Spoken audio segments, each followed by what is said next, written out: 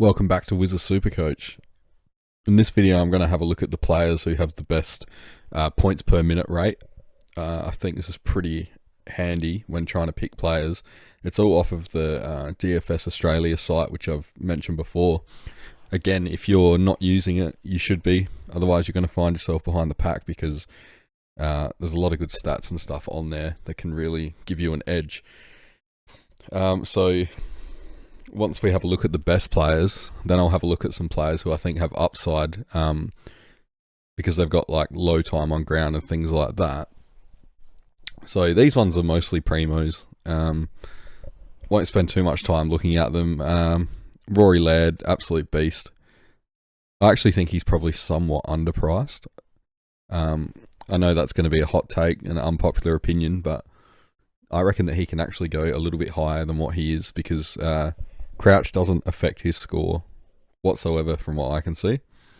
That's just off the top of my head though.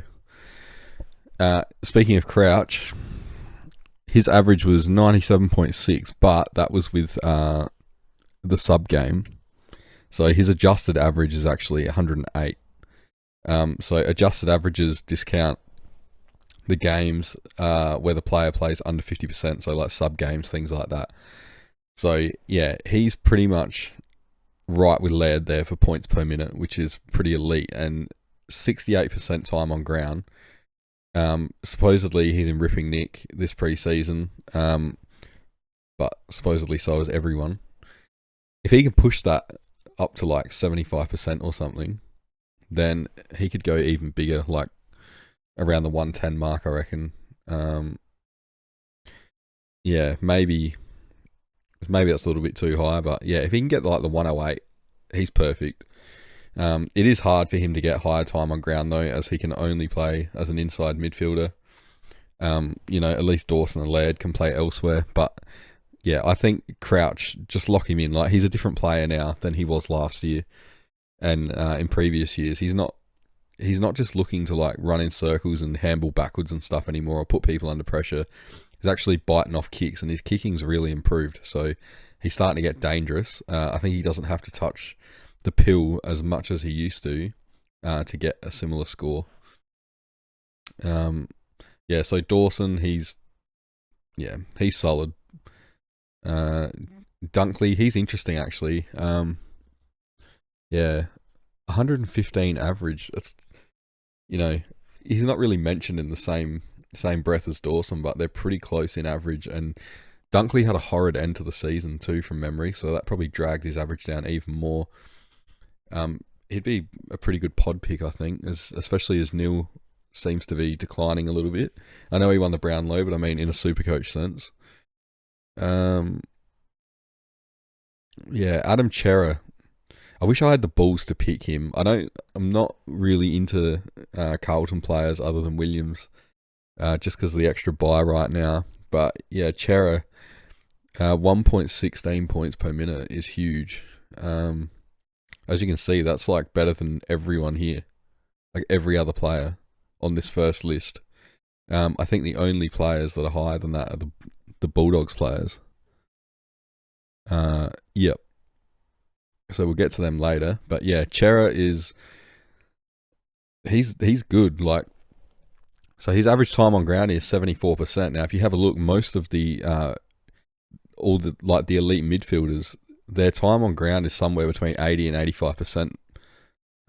Just by the look of it. So if he could get increased to that, he'd put himself right up there, like I don't know, probably 115, something like that for an average. So I think there's actually a little bit of value there with Chera, but just the injury stuff kind of scares me off. And of course the buy, like I said, there's also a lot of mouths to feed at Carlton in that midfield, but it doesn't seem to matter for him. Like, look at that, the points per minute, like that's what matters, I guess. Walsh here, he's another one, like 79%. That's probably lower than the average starting midfielder, I would say. So 1.09 points per minute. I expect he'll average more than that as well, but again, I don't want to touch him because, Carlton. And then we got Nick Dacos, who's considered like the king. But yeah, I thought he would be higher than 1.11 points per minute. But yeah, again, I think he's got value too. I think he'll go higher than that. 84% time on ground. He's a aerobic beast. I think that's going to climb this year. So he may go like the 120 average, something like that. Wouldn't be surprised if he went even higher. Tom Mitchell, wouldn't worry too much about that one unless he's going to take more minutes and up his game time because Taylor Adams is out of the team. But I think, and kind of more hoping that Finlay McRae will be the one that gets that. Darcy Cameron was a bit of a shock here, so I didn't expect him to go at one point per minute. So all these players obviously are a minimum of 1 point per minute. Zach Merritt, elite. Yeah, I won't spend too much time talking about these primos because they're not as interesting. I think everyone is trying to find like a hidden gem or something like that. So I'll try and skim through them and get to the value players. There were a few in here though that were like primos, but they were underpriced, I think. Sean Darcy, he's one. If he can get his game time up, which it's always the problem. Like there's the split with Jackson, he's often injured, things like that. But he's got a monster rate here of 1.13 and only an average of 105. So we've all seen what he can do, like those few years ago where he went absolutely nuts and was averaging like 160 or something for those few weeks. But yeah, I'm not picking him. Dangerfield here, he's an interesting one. He's still elite, 1.07 points per minute. He's got the low average, but that's because he only spends 66% of time on the ground now. That's not going to go up, so ignore him. He's just on here because he fit the criteria. Kieran Briggs, 76%. He's one that could possibly go up a little bit more, seeing as the Giants don't really have a second ruckman. Flynn's gone now, and he'll actually appear later. But yeah, if you look here, like most of the mids are all like low to mid 80s game time. So anyone under that, you'd expect that they hopefully will get to that kind of game time at some point. So yeah, it could be a bit of value for players like that, like Crouch. Oliver, who knows what to do with him? Definitely not picking, but I mean, I don't even know if he's going to play this year. Yeah. I still can't get over that story, actually. It's kind of come out of nowhere, the whole Oliver thing. Like, I mean, the whole saga from the beginning. Like, there was kind of no inkling of it even existing before it just broke. So, yeah, odd one. LDU, I was surprised that he was getting 81% game time. I felt like it would be lower. But, yeah, I think I'm going to start him at this point. There's just too much upside. Now, I don't know if anyone's noticing, there's a bit of a correlation here between the average and the points per minute. Like, they're pretty close together. Like, look, 113, and he's got the average of 113.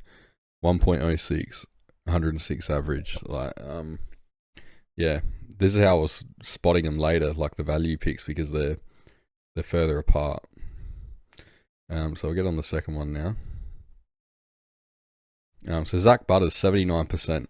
He's another one that's slightly lower. So if he could push up into like that mid 80s, like 84%, 85%, like the other elite midfielders, he could go up again. So 112 average basically last year. He could definitely push up towards like 116. Yeah, something like that. I hope that Wines, though, if he does play midfield, isn't going to impact him too much. See, Connor Rosie spends more time in there than Butters, but he's got the lower points per minute. Yeah, I expect Rosie will increase his points per minute, though, to be honest. He hasn't got the ceiling of Butters, but I think it's getting there. Taranto, I thought, would have a higher rate. But yeah, his second half of the season was pretty trash. Now, Jaden Short's an interesting one here. 98.6 average, 76% time on ground. Now, he was playing midfield a lot this year, and supposedly he's going to half back again. I heard that today. They come from one of the Richmond coaches. So 1.05 points per minute. If he can increase his game time, you'd expect the half back would be somewhere around, probably mid 80s as well. He could go pretty big. He could be top 6 defender. It's just whether you got the balls to pull the trigger on him. But he has been a primo in the past, so it's probably not that big of a risk. Soldo, so it was a bit shocked to see him on here. He could have gone on the other list as well, but he had the 1 point per minute, so he belongs here. 86.9 average. I wonder what he's going to be like at Port. Sounds like he's behind Sweet at the moment because he's injured his hand or something, or his finger. I don't know what it was, but yeah, Bio reports Sweet is ahead, and Sweet's actually got a pretty good rate himself. But yeah, Soldo 69% time on ground for that score. It's actually not too bad at all. Like, I wouldn't start him over Gawn or Grundy, but I certainly wouldn't laugh at anyone that went down that road because of that kind of reasoning either. Ryan Marshall, what a beast. Jack Steele, so he's an interesting one. He was in my team. I took him out for Crouch. 94.8 average. And by the way, I noticed on DFS Australia, their Supercoach averages, there's quite a few mistakes. It differs from the Supercoach site. And no, I'm not accidentally looking at the adjusted averages either. There actually are quite a few mistakes. Steele's one of them. I had to double check that one. Yeah, his TOG is kind of low for a starting inside mid. I'd say he's the number 1 mid at St Kilda, obviously. If he can raise that back up again and, go a bit more injury free this year, he's still a really good pick. He's gone huge in the past, like 120 or whatever he did a few years ago. So yeah, there's a bit here to support that he's definitely a good pick. It's not just the eye test. Then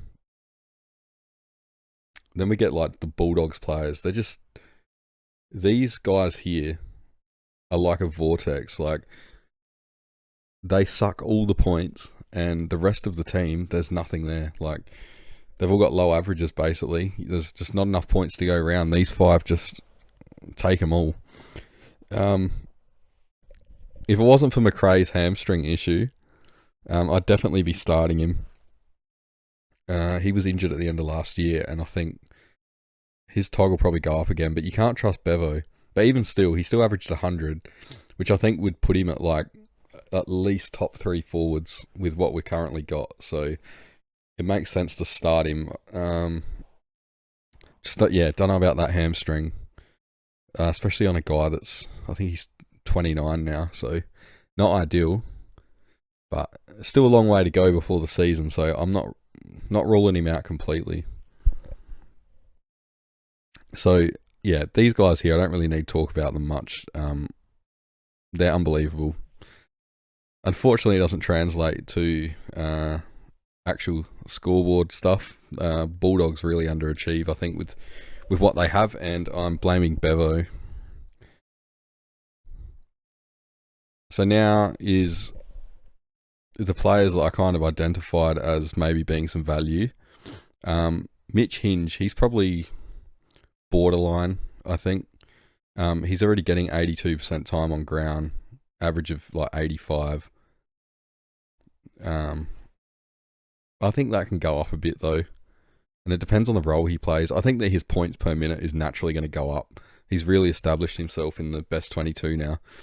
The only thing is there's a lot of good picks in defence, so yeah, I'm not sure if anyone would really go there. I wouldn't recommend it. It's pretty high risk.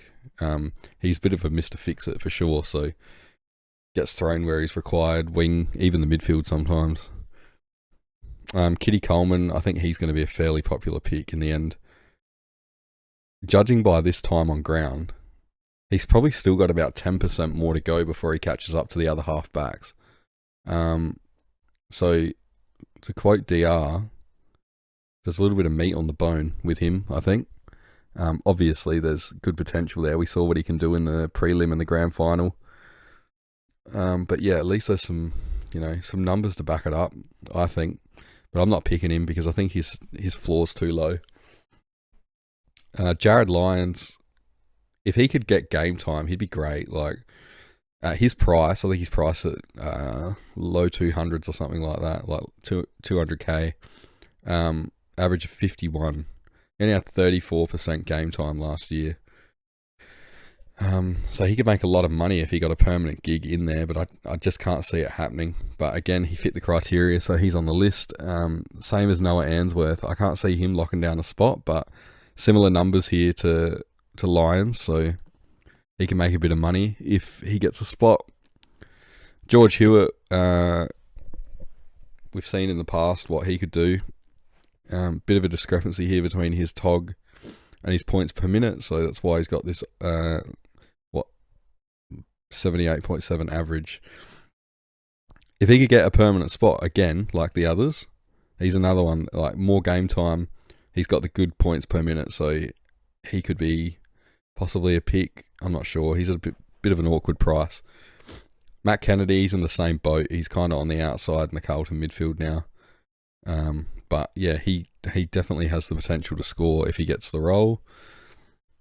Paddy Dow, new club, 54% game time at the Blues. Now he's at St Kilda, so I think he's about 300k though. So again, it's a bit awkward, but he has shown here that he's got the potential to. He could make you some money, I think, if he got more game time. Hobbs looks like he could be a bit of a monster, to be honest. Yeah, he could definitely up his game time. If it goes up by like 10% this year, yeah, he could make you a fair bit of money. He could probably average like mid to low 90s, something like that. Nick Bryan, didn't expect to see him here. He's actually one that he could have been on the other list because his points per minute is it's over 1, like 1.06. Average is 66.4, but I don't see him getting a game. Only 53% time on ground, so yeah, the value's there, but it's all about the role. So these things can't be used by themselves. There's got to be context, obviously. So you still got to look at role and everything like that. I think that's why the numbers are just as important as the eye test and vice versa. Tom Emmett, pretty good numbers here, although he's already got the 81% time on ground. So if he could get a spot and we think he's going to play, then he could make a bit of money. Now, Will Brodie, I don't think he's going to get a spot in the midfield, especially with Nat Fyfe commanding a spot in there now. But yeah, 64% time on ground, 0.9 points per minute. Now, the year before, he went 1.18, which is huge. It's like up there with those Doggies players. And he averaged about 100, low hundreds, 102 or something like that. But this year, he went down to 71. So even if he averaged, I think it's like 80 or something like that, or mid 70s, he'd still make you 150k. That's just off the top of my head, though. I have to check that one. But yeah, I don't think he's going to get the spot. Sam Flanders, he's in like every team now. I've got him in. I honestly don't know a hell of a lot about the guy. I just see his good scores from the end of last year, and I know that he looks like he should fit pretty well with what Dimmer's trying to do. He's meant to be getting midfield time and stuff now. Even if he was just playing that high half forward role, it doesn't matter because he runs up and just joins into the pack.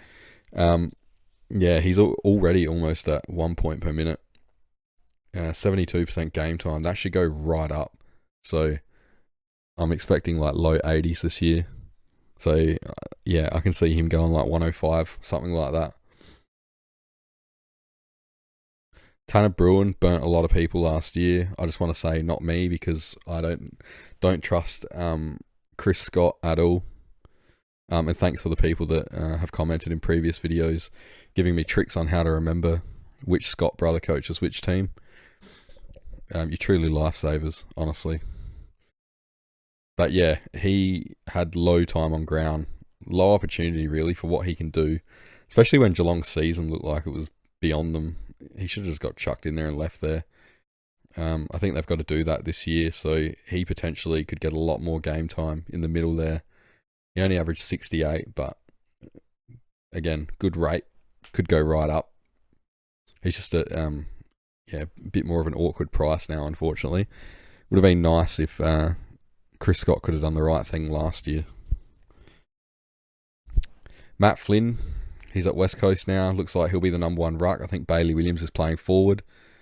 So his time on ground is already, pretty much where it would be for a first ruck, I think, just looking at the others. 88 average, though. 0.91 points per minute. Now, he's had 3 seasons where he's played in the AFL, and his points per minute have been 0.91, 0.91, and 0.95. So clearly he knows how to score. I'm really interested to see how he goes at West Coast. Again, with the Gawn and Grundy thing, I'm not picking him, but it's not the worst pick in the world. He actually could do pretty well, just based on this stuff. Brodie Grundy himself is on here. Now, context with this one, we know that there was the Melbourne debacle last year. But yeah, he knows how to score. I don't need to say too much about him. If he's not in your team, get him in. Wardlaw, 60% time on ground. 0.87 points per minute. So, yeah, there's meat on that bone as well, for sure.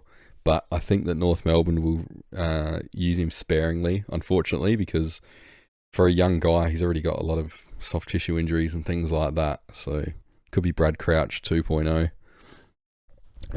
James Trezise, I think I said that right. Apparently he's taking kick-ins in the match sims and stuff like that, which is pretty big responsibility for the young guy. But yeah, these numbers here are really good. So really, there's not much movement there with the time on ground, you would think. But if he can keep these numbers here, like these rates up, then and take the kick-ins as well, then yeah, he's going to be a really good pick. I think he's around the 200k mark as well. Hunter Clark, he's one that seems to get thrown up every year as, like, will he become the player that he looks like he could be? Only 58% time on ground, 63 average, and he runs at 0.9 points per minute.